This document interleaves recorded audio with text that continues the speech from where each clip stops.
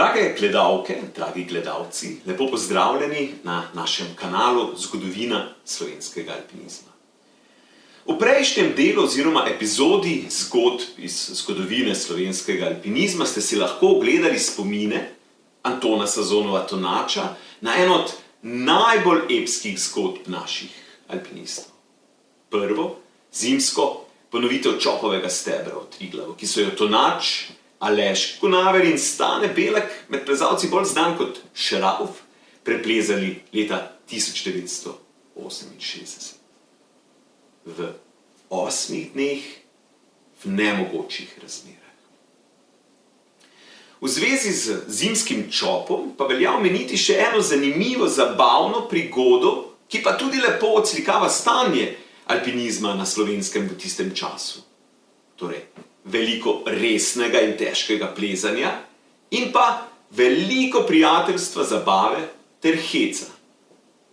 Preden pa si jo pogledamo, naj za uvid oziroma uvod še enkrat ponovim kronologijo vzpona, ki je ključna za razumevanje te zabavne zgodbe.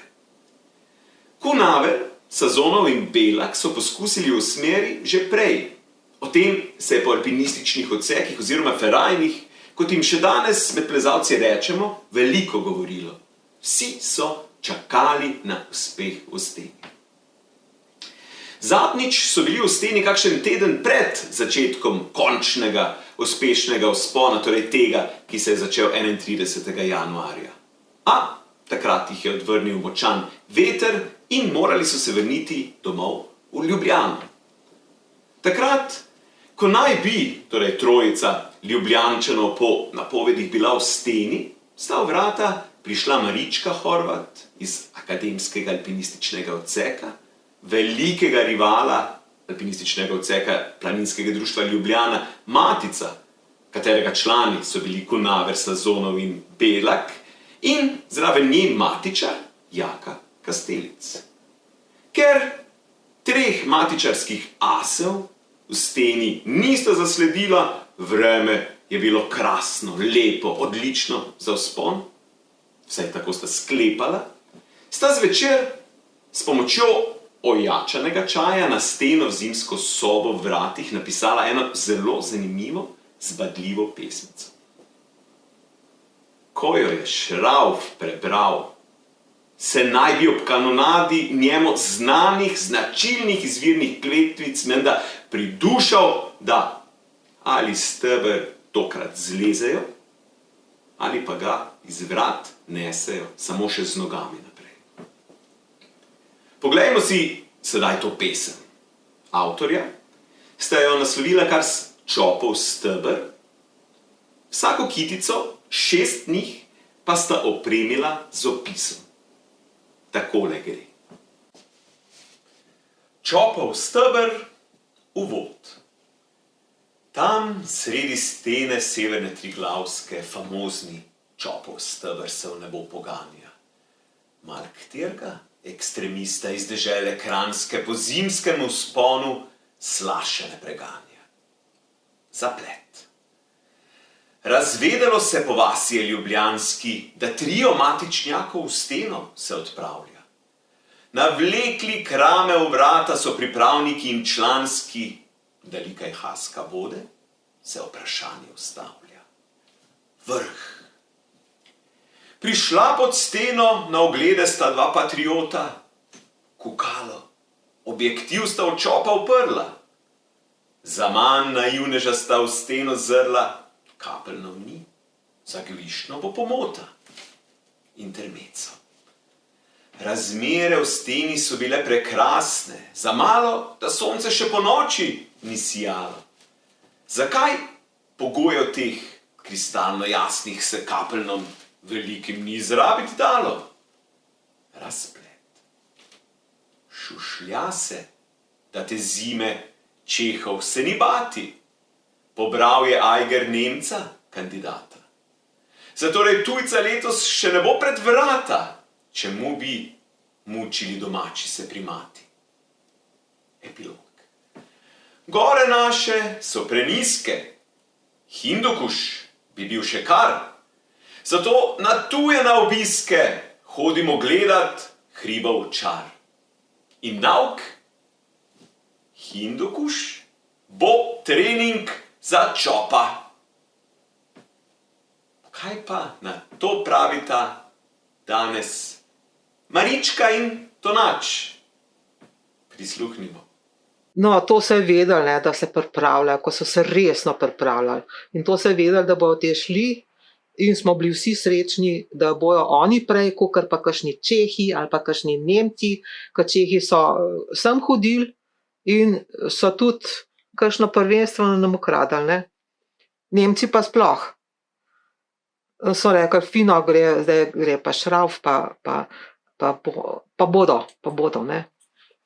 No in potem je kar vreme nastal, pa je bilo rečeno, evo, da so pa v steni.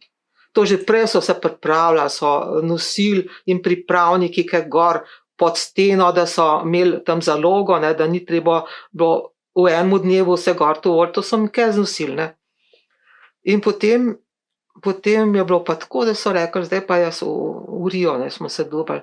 Zdaj so pa not v steni, bi bilo fajn, če bi kakšen bil dol v zimski sobi, da bi bil za kontrolo, da bi za komando, ker takrat mobitelov ni bilo, walkie-talkie so bili taki ogromni, da jih niso s sabo vzeli. Smo rekli, v redu, je rekel, prvo je bil tale Jaka Kastelic, je bil matičar, tako da ni bilo nasprotja med APD pa matičem. Jaka Kastelic je rekel, jaz grem dol, sem rekel, evo, jaz grem tudi. In sva šla v vrata. Smo rekli, dobro, gremo zdaj pogledat, kako je, pa da jih pozdravimo pa to. Pa gremo do zimske sobe, še naprej, nobenega nikjer. Se nič ni videli, nič slišali, nič. Pa so šla pa nazaj, pa so malo čajčke kuhala, pa so pesnila in Jaka je gradbenik, ima lepo pisavo in je on lepo napisal take lepe črke skozi veliko steno, takole, nad štedilnikom lepo smo napisali tisto, lepo tako, ko se šika, ne, uvod, intermezzo in tako naprej, vse. In pol je bilo konc, pa so šla drug dan domov. Jaz sem potem, ko smo dal prišli s Kastelicam, ne, jaz sem to lepo fino natipkala in jim nesla na Miklašičevo. In so bili, Petrač je bil hud. Že takrat, ko smo bili potem z Maticem dol, ne, in Matic rekel, ja, kaj to, ne, se hecel, ne, se mu je fajn zdel, kaj pesem, pa so študirali, kaj ćemo napisati, ne, in potem so spesnili 2 verza, ne, to ni to, ne. Pa sploh ni bila APD proti Matici, ampak je bil tudi Matiča zraven, a veš. Čeprav je pa Grošelj napisal, da sta oba dva bila akademca, ne, Kastelic je bil matičar in so ga potem prav, a veš, izdajalec, ne. Kar Tunača vpraša. Izdajalec. Ne, so se hecali, to je hec bil, ne. To je hec bil. In potem enkrat je bila hmal, po tistem, ko je bilo že smo imeli pa na Krvavcu, imela GRS vaje, pa je bil tudi Aleš Konavar, pa so medve z Mico tudi prišle. In je bil Aleš, je bil kar po svoje navdušen, saj je rekel, je bil kar na Manda je bil Šrauf kar jezen. Ampak on se je jezil za vsake reči, veš. Ja, ko smo mi, to je bilo tako, ne, to je bilo tistega leta, ko smo mi to splezali, ne. En teden prej, ali pa ne vem, 10 dni prej, smo mi trije prišli v vrata, da bi to plezali, veter je pihal kot strela, da nas je kar malo po tleh metal, snežilje, no in smo prišli pod steno,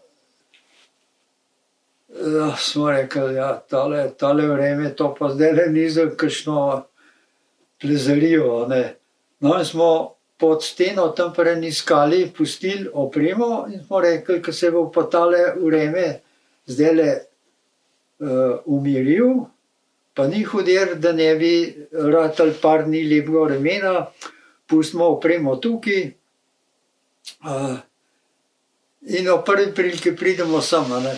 No in jasno, nazaj dam službo in vremenarji so takrat obljubili, da se bo vreme zboljšal, pa da bo 3 dni sigurno lepega vremena.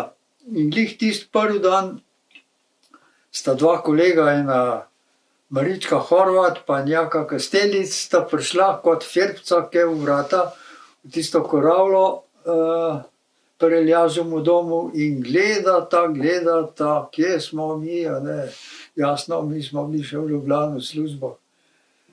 No in ta Marička malo tako, bi rekel, provokatorska, ta Jaka, to je moj dober kolega, je bil pa tako pesniško navdahnjen, a ne, in sta naredila tam eno pesemco, jaz se zdajle ne vem na pamet, ampak sem jo pol po tej plezariji, sem šel en dan v vrata in sem to fotografiral, tako da nek moram imeti še to pesemco na fotografije, ne. Ja, takrat, no, to se pravi, to je bilo kakšen dan ali pa 2 dni pred našim prihodom, a ne, in ko smo mi zvečer prišli v karavlo, tega nismo porajtali, ampak naslednji dan, ko smo pa vstopili, jasno pogledamo tisto belo steno, pa take lepe črke, ne vem, flomastera, kva je bilo to pesemco napisano in Šrauf je začel besneti, prekleti akademiki, pa ne vem. No, midva s Kunavrijem smo rekla, ne sekeri se, ne, pač zdajle je naš cilj plezarija, ne tele pesemce, ne. No, en naš kolega Janežič, Peter Petrač, je pa tudi za to pesemco pol zvedel, ne, ko smo mi že splezali, pa prišli v Ljubljano in menda, da je on pol poslal pismo, pa noter en ta stih: nismo se bali Čehov, Nemcev, bali smo se pesnikov, akademcev, ne.